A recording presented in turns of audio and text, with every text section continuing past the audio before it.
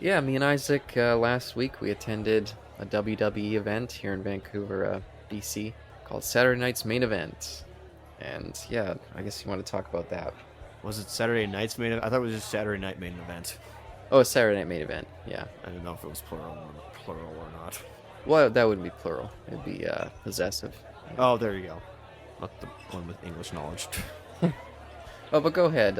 You want to talk about this? What do you got for us? Well, we were basically just going to do a summary and our thoughts and our feelings on what we thought about it. And well, I think we're both in agreement that we're really feeling it. And Yep. it was an event. What do you expect? It was a fun event. Felt like any of the because we didn't talk about it much. Well, we did talk about some like during the car Yeah. ride home, but like, did you think there was any like botches or what moment stood out for you the most? Like your fight of the your fight of the night or match of the night, excuse me, or what you weren't feeling exactly. Yeah, anything if you can remember. I think promo of the night goes to Kevin Owens and Austin Theory. I think they were great. Yes, they were. Kevin Owens came out in a Canucks jersey, and yeah, he really got the audience riled up, and yeah, everyone was. And Austin Theory too, I think, is a great heel, and he really got everyone pissed off at him. You missed the first promo, which is when Yes, I did. yeah Alpha Academy came out, and they're going off because Alpha Academy's whole thing is Chad Gable, the kind of leader of the two, took on Otis, who was kind of this wild man character. He was kind of like a blubbering idiot, and he sharpened his mind and turned him into a lean, mean, or I guess not lean. The tree trunk Otis is not lean at all, but he turned him into a fighting machine, and yeah, a strategic killer in his way. I see. And so he was coming out being like, shush, shush, please. I don't want you blubbering Vancouverites talking. You guys are all morons. Listen to us. We're the superior minds here. And we're going to show you how wrestling's done. And at the end of this match, we're going to plant the American flag right in the middle of this ring. Oh boy. And everyone was like, boo, boo, screw you, Alpha Academy. And I love Alpha Academy. I think Chad Gable is just super fun. And then out came out... who were they against again? Oh, They wore blue trunks. That's all I remember. I can't believe I'm forgetting they were up against. I do because I was getting popcorn at that point. Yeah, but either way, it was a good tag match. Whoever they were up against. Yeah, I gotta say. Go ahead. Oh no, you go ahead. I was gonna ask what you thought of it, but I enjoyed it. I think the spots were good with that. They convinced me that there was a few takes where I was like, that didn't look like they sold Yeah. it well enough. But I'm not gonna again criticize. I shouldn't criticize too much on the performance. I mean, okay, well, what else would I be? But just because again, I don't want to just put myself in those shoes and then have somebody else tell me that. It's like they really were trying. I'm not gonna deny that, but yeah, some of them may have looked shoddy. I don't know. I'm just throwing that out there. yeah. And I'll say, oh, by the way, it was the Street Profits. I The remember. Street Profits. Thank you.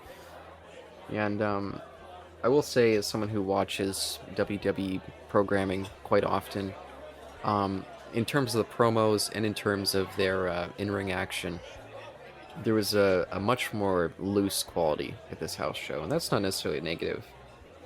They were saying some stuff that they wouldn't necessarily say on PG TV. Oh, really? Yeah, and I did feel like some of the in-ring stuff felt like they were playing a little bit more jokey. And yes, maybe that also, just the mindset led to a little bit more sloppiness at times. But I will say, missed opportunity of the night, and this isn't everything. No TLCs or nothing from under the ring. I was really hoping for something like that, but we did not have that tonight or that night. I'm glad. I usually don't feel like that adds anything. I guess not. It's just hilarious to see when the chairs, tables, and ladders come out. Yeah, and maybe I've just been so burned because if you watch AEW TV, oh my god, that stuff comes out so much it's lost all meaning. And on weekly television, these athletes put themselves on the line in ridiculous ways, and there's so many botches where I'm just like, I don't want to see people taking these risks for a house show or something like that. Save that for the pay-per-views. That's fair. I think I also wanted to see somebody go onto the announcers table, and that's another thing. I guess in the ring or inside the stadium, in an actual like like Raw SmackDown, can the audience hear the commentators or no? I don't know. I wonder that. I think they can because the audience will react if they're like announcing the shows that are or the matches that are coming up later in the show. The audience will all cheer, so I think they can hear it. But there was no announcers at this house show. Yeah. No. So I was really hoping. I know you might disagree with that, but I would have loved to see somebody put somebody through the announcers table. That's always like a nice thing. Yeah, it's a fun spot It always is a fun spot. and a safer spot too. It's certainly a safer spot. I will say that. Let's see here. They had. I don't know if this is a regular thing they do, but they have like a top 10 at the show, which was you missed this one. You were in the bathroom or somewhere. This was like the top 10 family betrayals. So you had the Kane and Undertaker. You had Bret Hart and Owen Hart. Who else? You had Eddie Guerrero and Chavo Guerrero. You had the Bella sisters, I believe, where one of them betrayed the other. I don't remember who it was. And a few others I'm not familiar with. Again, had we done this Monday, I would have remembered easily. Yeah, but, exactly. It is what it is. It's fine.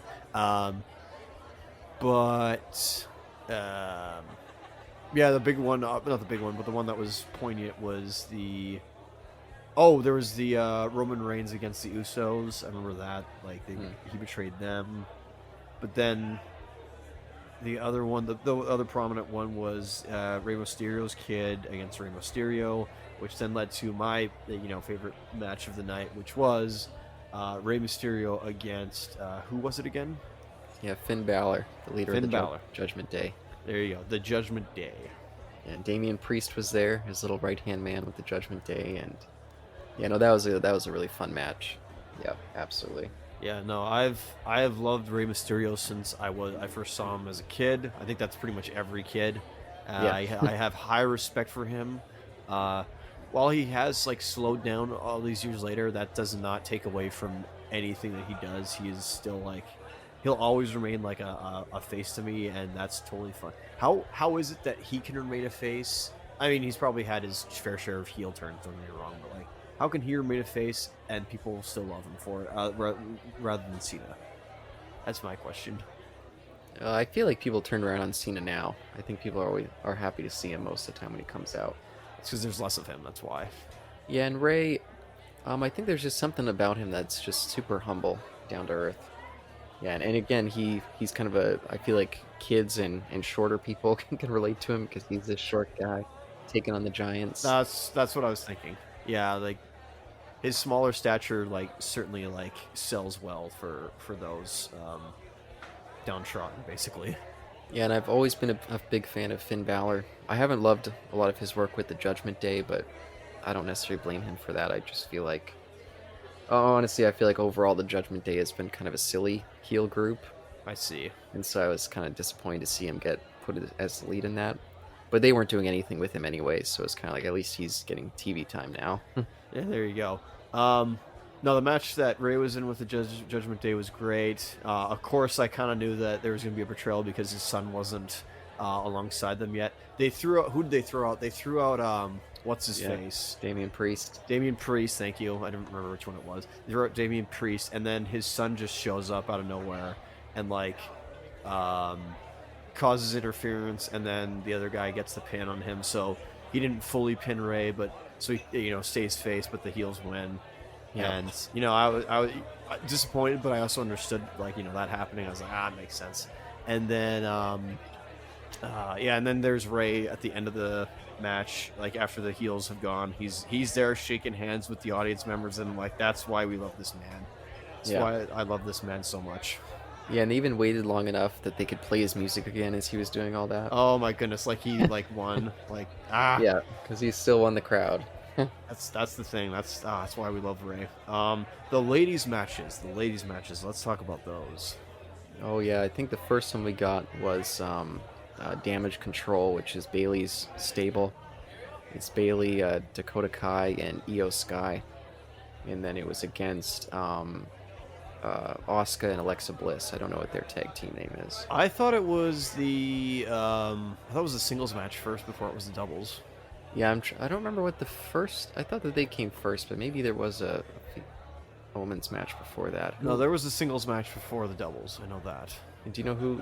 Any idea who it was? Oh, what is it? That stupid belt. It's the 24-hour belt. Yeah, it's the 24/7 championship. Yeah. No wonder I forgot that. I always tune out Yeah.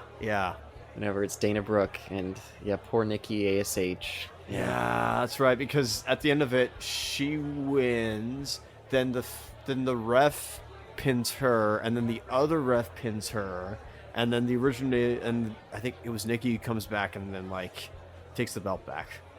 Yeah, I think Dana won it again at the end. I even turned to you after Nikki won. I leaned over and was like, "Give it 5 minutes, and she'll lose it again," because that's what they do. Of course they do. Dana Brooke has held it for so long now, and any time that it changes hands, she just immediately wins it back, and it's like, oh wow. Oh my goodness. They do that same thing too. Usually not the ref, because I don't think that would fly on regular TV.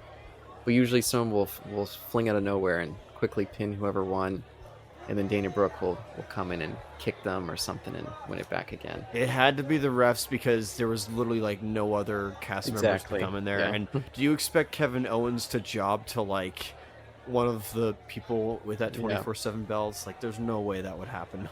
Yeah, or Asuka or Alexa Bliss or anyone who's That I was so sad when poor Nikki Ash got shoved into the 24/7 club, because that's a dead end in WWE. It's don't know what to do. Just stick them in here and see what happens.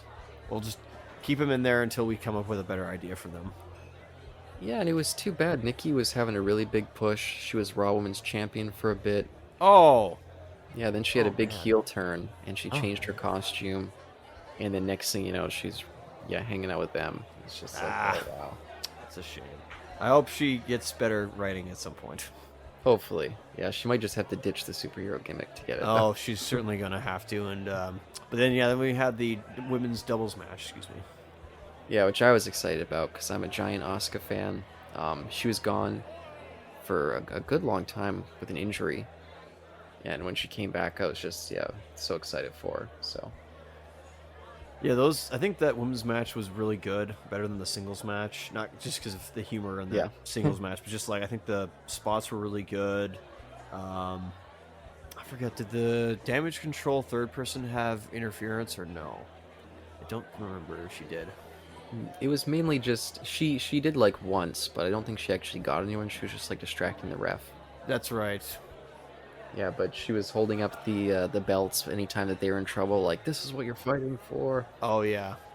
Yeah, and I like Bayley a lot. I don't feel like her current run with Damage Control has been her best work, but I was still happy to see her there. Either way. I'll just comment the Kevin Owens, what's his face's name? Yeah, Austin Theory. Yeah, Austin Theory match was a lot of fun. Got the crowd riled up really much. I was super excited. Thank you, Kevin Owens, for that. Yes. You did it awesome with that, and I don't know if you're a Habs fan or you're a Canucks fan. I doubt that, but oh man, thank you, sir. That was you were a hoot and a holler, and yeah, that was a fun match. And he had the what's his face? Austin had the Money in the Bank as well. Yeah, which I knew for a fact they weren't gonna put that on the line, but nothing wrong with teasing people with it. Yeah, I like that they played with it a little, and then eventually, they just got pissed off enough. They're like, "Nah, fuck I don't care about that being on. I just want to beat you up." Oh yeah. Let's see. We had that. I feel like I'm missing other matches here. Yeah, there was a couple more, but just on Kevin Owens. Please do. I really do feel like he's all around one of the best talents that WWE has right now. He's a fantastic promo, one of the best people on the mic in WWE, and he's got just an incredible physicality for a guy of his size. He's really intimidating in the ring. So I wish that they would give him a bigger push. I think he's fantastic. He's kind of a similar size to Mick Foley, eh? Yeah, I could see that. Yep, and willing to take some pretty damaging high spots. I would disagree with that myself, but again, I don't want another Benoit, but that's just me. Yeah, no, I think he sometimes takes too many risks. There was Yeah, there's been a couple episodes of Raw where I was like, wow, he's taking bumps that he should be saving for pay-per-views. Like, Oh yeah, no. You leave at least you do like one or two of those a year, and that's it. yeah. But even still, he's got a great presence in the ring too. He's got a dominating kind of just way about him. I think they could really do a lot more with him than they're doing now. But Oh yeah, they also did I forgot to mention there was a backstage edition, not edition, but they did a backstage segment with the Judgment Day beating up Rey Mysterio. oh The yeah, stipulation was that Rey wasn't going to be able to make it to the ring because he got beat up backstage. And so they were going to, like, they forced the ref to do a 10 count even though they didn't announce him yet. So it's like, what? How does that make any sense? But obviously yeah, he shows up. And then the other thing was, I don't know if it was before that segment or after, but AJ Styles is basically calling out Roman Reigns. yeah, yeah. Which I thought worked. It's nice to at least have some story going on, even if it's a house show. So that Rey Mysterio fight was the penultimate match, right? Yeah, I can't remember when the Miz and Riddle match happened. Oh my goodness. Okay, the Miz versus Riddle match. That was something, wasn't it? Yeah, I'm a big fan of the Miz. I didn't remember that he was going to be there. I looked up the list when I first bought the tickets, but I purposely did not look it up again so I could be surprised. There you go. And I was so pumped when I saw the Miz. So Yeah, I am also a fan of The Miz, if we're going, talking about him in third person.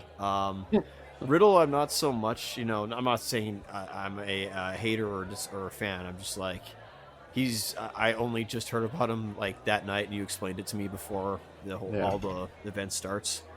So I'm like, oh, okay, so he's basically like, their stoner guy. Fair enough. yep. Yeah, I could totally see him being like a former UFC fighter. He was throwing some stuff on there that looked like it was some like arm bars, and either it was I think he threw a heel hook on there or something like that, or maybe a triangle. I don't remember like which one it was, but like yeah, I can tell that. But yeah, Miz just comes out. That was the match before Rey Mysterio and Judgment Day, I believe so. And oh golly, yeah, Miz just he again eats away at us. It was great. He's another great promo. Just comes out and is like, oh yeah, I've been to Vancouver 6 times for like shooting films here. That's how many times I've been here. I'm like, oh, this guy. Yeah, then he says the movies were shit. Pretty much, which I wouldn't be surprised by. Yeah. Especially if they were WWE films. Yeah, and of course he was wearing his I Have Massive Balls shirt that he's been. Oh golly, yes. Yeah, he's been wearing that with the Logan Paul feud that he had, so he just broke that out like an old prop. Which it was either maybe Kevin Owens or The Miz, but which of match do you think had like the most pop, or audience pop? Excuse me. I think it was definitely Kevin Owens, because he was really feeding into the local pride. Oh yeah, stuff. oh yeah, he certainly was. And then I think the one that just everyone was way into it, at least at the start during the entrances, was the Roman Reigns one.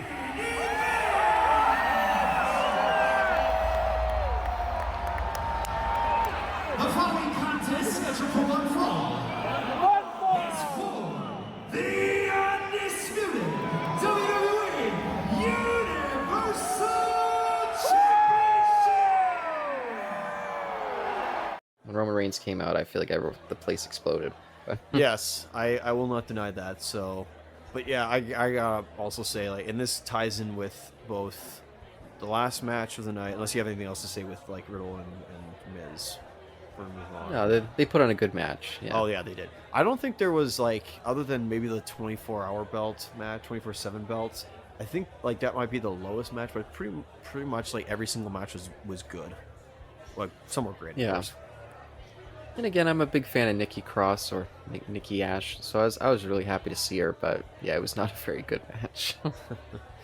Fair enough. But yeah, this leads me to obviously the final match, and then this, my other feeling was the audience. Pretty sure it was a sold out event, maybe not, but like I saw pretty much every seat that was available in Pacific Coliseum filled. Yeah, it was a packed house, which was awesome. And it was definitely a wrestling audience. Like, they all came there to cheer. They all came to be carried away by the matches, and yeah, it really had a great atmosphere. Oh yeah, there was people that came dressed, people with their fake belts or their title belts, excuse me, Yep. shirts. They had the merch table over there. These were wrestling fans, and again, it goes to show you that Vancouver does have a wrestling community, which Yep. is awesome. But the audience was again really into all of matches, and there was pops, there was boos, there was cheers, there was chants, like everything you would see at a wrestling event. I swear we could fill Rogers Arena, and I also think we can fill BC Place. I Yeah, honestly I think think that we could have a pay-per-view at BC Place Stadium. Like, no doubt in my mind. Maybe both, like, you know, a regular Raw or SmackDown and then a pay-per-view, but obviously they'd never do that. so. Yeah, and during the Finn Balor and Rey Mysterio match, it even got a "This is awesome" chant. Oh yeah. No, I was like, yes, let's go.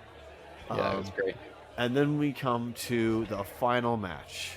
The final match of the night.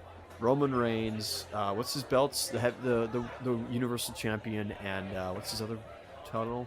Yeah, he's got the Raw and the SmackDown, which I think is Universal, and then Heavyweight Champion. Okay. I think is the two Oh, of we them, still have that one. Okay. I think, Okay. or maybe it's the World Champion. That might be it. WWE World Champion. Yeah, that makes sense. So he has both those belts, and AJ Styles is his opponent. And like I said, there was a backstage promo with him basically calling out Roman Reigns. Yep. And what is, so these two are pretty high up there when it comes to WWE. Like, these are like the top stars, basically. Yep. And not so, like, this is one of those, like, non-canon OVAs that I could think of almost like a non-canon episode, like in a Japanese anime almost, where it, like, has nothing. It's only there to, like, promote something. And they weren't really promoting anything tonight, but they, again, Yeah. like you said, this is like a one-off, like, show, which, again, I wish they did more of, like you said. But so then, this has no interference within, like, the storylines that's going on right now. Yeah, and I'll just say even more so, they're not even on the same brands. It was an entirely Raw cast except for I see. Roman Reigns. Okay. So he was just kind of Which is coming funny in. because I would assume that Roman Reigns was Raw, but there goes my ignorance. It's me showing my ignorance, but yeah, I know that's awesome given I'm a SmackDown guy, but sad to see Rey Mysterio not being on Raw, but I guess SmackDown, but I guess he got traded. So these two are superstars, I'd say, and the match was awesome, Yeah. but, and you know what I'm going to say, I don't know what was up with the audience after that. The entrance to both was amazing, especially like you said, that pop with Reigns when he came out and like everybody did the tribal chief chant Yeah. or whatever it was incredible. And then Roman Reigns being the heel, him talking about, he got paid here, he showed up and he's about to leave, and then AJ Styles calls him out, and what is, in his monologue, what does he call him? Oh, AJ, what does he call Reigns? Yeah, Oh, I don't remember. something that you wouldn't say on TV now. Oh, I definitely don't remember. Oh, jeez. Calls him a something bitch. Oh, yeah, son of a bitch. Yeah. Yeah, there you go. I don't think it was a son of a gun. I think it was like just a bitch. Yeah, and Seth Rollins will every now and again throw that out on Raw, but Yeah, it's like, you cannot say that in the PG era. What's going on here? yeah, and I do like that Roman Reigns was like, and who am I in here with? AJ Styles? Didn't I beat you like a couple years ago? Beat you a couple times. Man. Oh man. He's like, you're not even worth my time here. Oof. Just again, like, so Reigns is basically the heel of the group of this match, and AJ's like, the face.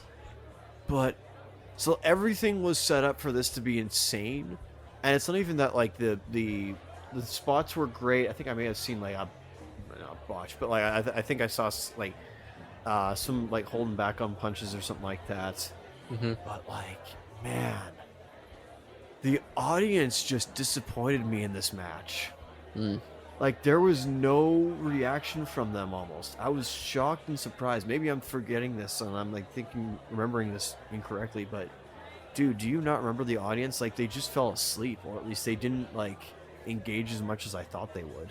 Yeah, and I think that's what it was. It was the end of the night. Had been, kind of a long show up to that point. I think people were just tired, but there was scattered people oohing and awing or cheering. Oh yeah, of course. Not like everybody was, but again, the Yeah, majority of everybody was.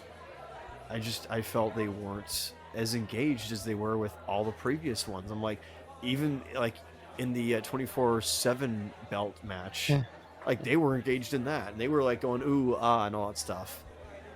Like so, so the last match disappointed me only in the audience like reaction because I'm like, what's going on? I like even tried to like start some things if you remember, yeah. Me but yeah, too. to no avail. And There was a God, couple times when we both were, yeah, trying, and then a few people in our kind of side of the arena would cheer too. oh yeah, you would have seen like if anybody was sitting next to us, you would have seen Caleb animated. Oh Like you yeah. know how animated I can get, but like this guy was actually animated. It was impressive. Oh, you should see me at home watching wrestling. I go, yeah, I'm over the moon. You get into it. Groupthink, let's go. Oh, and when Roman Reigns came out, I was spirited away. I mean, that guy. Oh yeah, you are. This guy was on cloud nine when he saw that, and Yeah, dang, that man is big.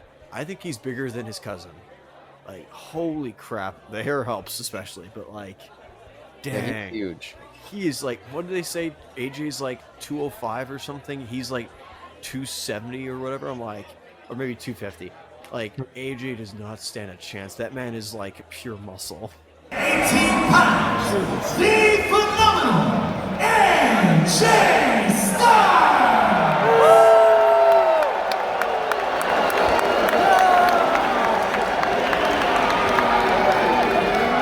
And his opponent, from Pensacola, Florida, weighing in at 265 pounds, he is the undisputed WWE Universal Champion, Roman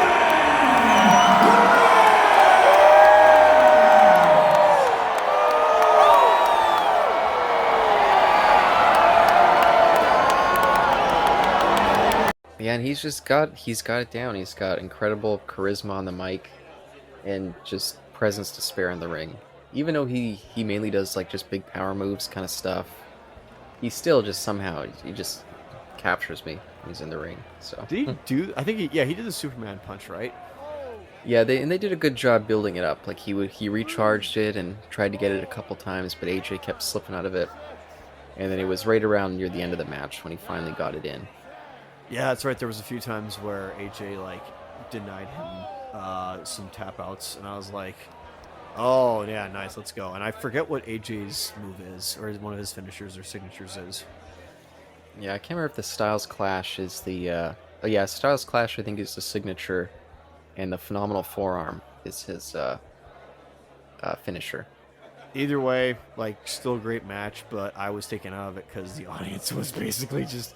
And I thought like, okay, is it because both these guys are like so good, and not even so good, but like these are like fan favorites that they're having a hard time of like engaging with one or the other. Like they're just basically stuck. They like can't cheer for one or the other. Yeah, and I wondered too if maybe the audience, it was just like they were so focused on the match they weren't even thinking about cheering or something. And that might be it as well. I might just be again like not seeing that and being kind of too oblivious to that. But it's just like I thought everybody else was doing that with the other matches, but I guess not. And they did definitely have some moments where the audience, like a couple like back and forth punches when the audience would, cheer and boo or something like that or get into it. Oh, of course. I'm not gonna. Yeah, I'm again like you're right. There was. It was not like the entire arena was dead quiet. It was not. But again, I expected like this is the final match. Everybody should just like have one last hurrah. It's the last hurrah. Like go nuts. Let's always lose our voices for Monday. Like come on, let's go, guys. And like it just wasn't. It kind of let me down. I was just like, oh man, come on. Yeah, and I guess I will say that just because we were going to record this on Monday, this little discussion. But oh man, sitting in that, whatever that chair was that they had in that arena, man, I felt like I was like fucked up the next day. Oh boy. Like I was like, oh, I can barely walk. It just jacked my back up so bad. I'm so sorry. But it was still a great show. But goddamn, I got to get some comfier seats in that place. Have some sort of support. It is an old stadium, I'll say that, or an Yeah. old arena, excuse me. But I mean, hey, you probably wouldn't like BC or Rogers Arena seats either. Yeah, could be. I think I went to Rogers. I feel like that's where I went to for the Alanis Morissette concert.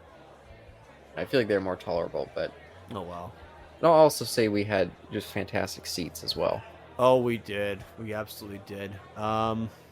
If we're looking like if north is where the entrance is, and the the ring's in the center, we were again facing north. We were on the east side of the arena.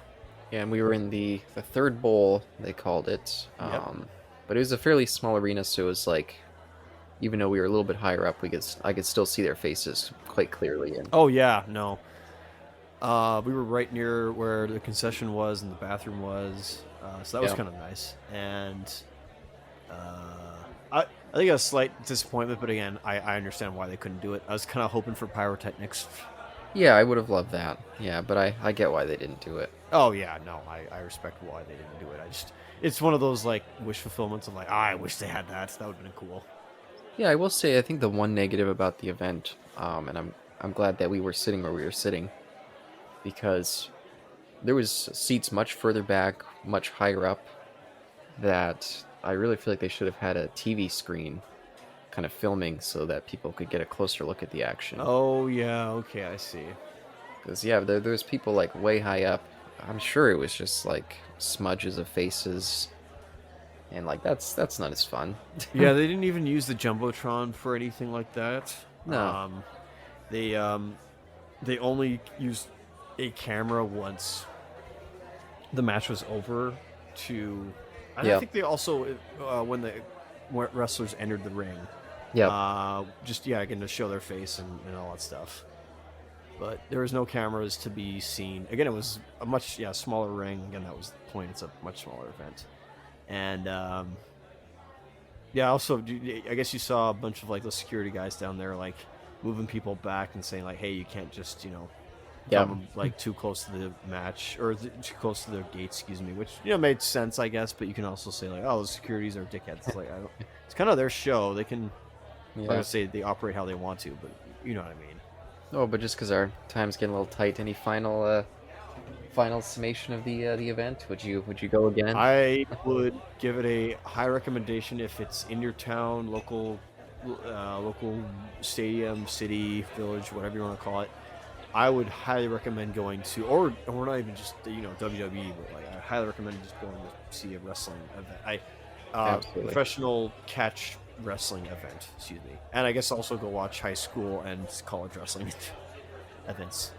But yeah, for a spotted wrestling event, I would highly recommend it. It was a lot of fun, and I would certainly most certainly go back there. Also, Rage Against the Machine is playing at Pacific Coliseum, by the way. Oh yes, I forgot. You have to put this out soon, so it'll be timely. Warn people. Oh, there you go. Except I don't remember when they come. I think it's this month or it's next month. I don't remember. Yeah, and I will say for me, as someone who again I watch WWE TV every week, it was kind of surreal seeing them all in person there. It was a strange experience, but a cool one. And yeah, I at home get super into wrestling, and I put up my one finger for Roman Reigns when I'm sitting in my couch and get all into it. So being in a wrestling crowd and getting that audience participation was always a piece that I felt like I was missing. So I'm very glad to have finally experienced that. And getting to participate in, do the boos, do that stuff, cheer on your favorite guys. I feel like that's a big part of the experience that you don't get when you're just sitting at home. So Yeah, it must have just, I think we all saw it, but I'm just going to say it again. It must have just sucked and limited wrestling when COVID-19 was, in the golden age, basically, in its peak. yeah, talk about, I can't imagine what it must have been like for them, but watching it, wow, it was weird. And especially because you could hear everything. Like, there's no audience cheering.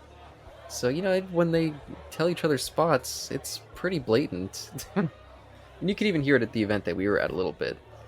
I remember there was a spot with Riddle where I think he was on the top of the rope and he was like, "Throw me," and I could hear it pretty clearly. Oh wow, okay, yeah, I think I missed that.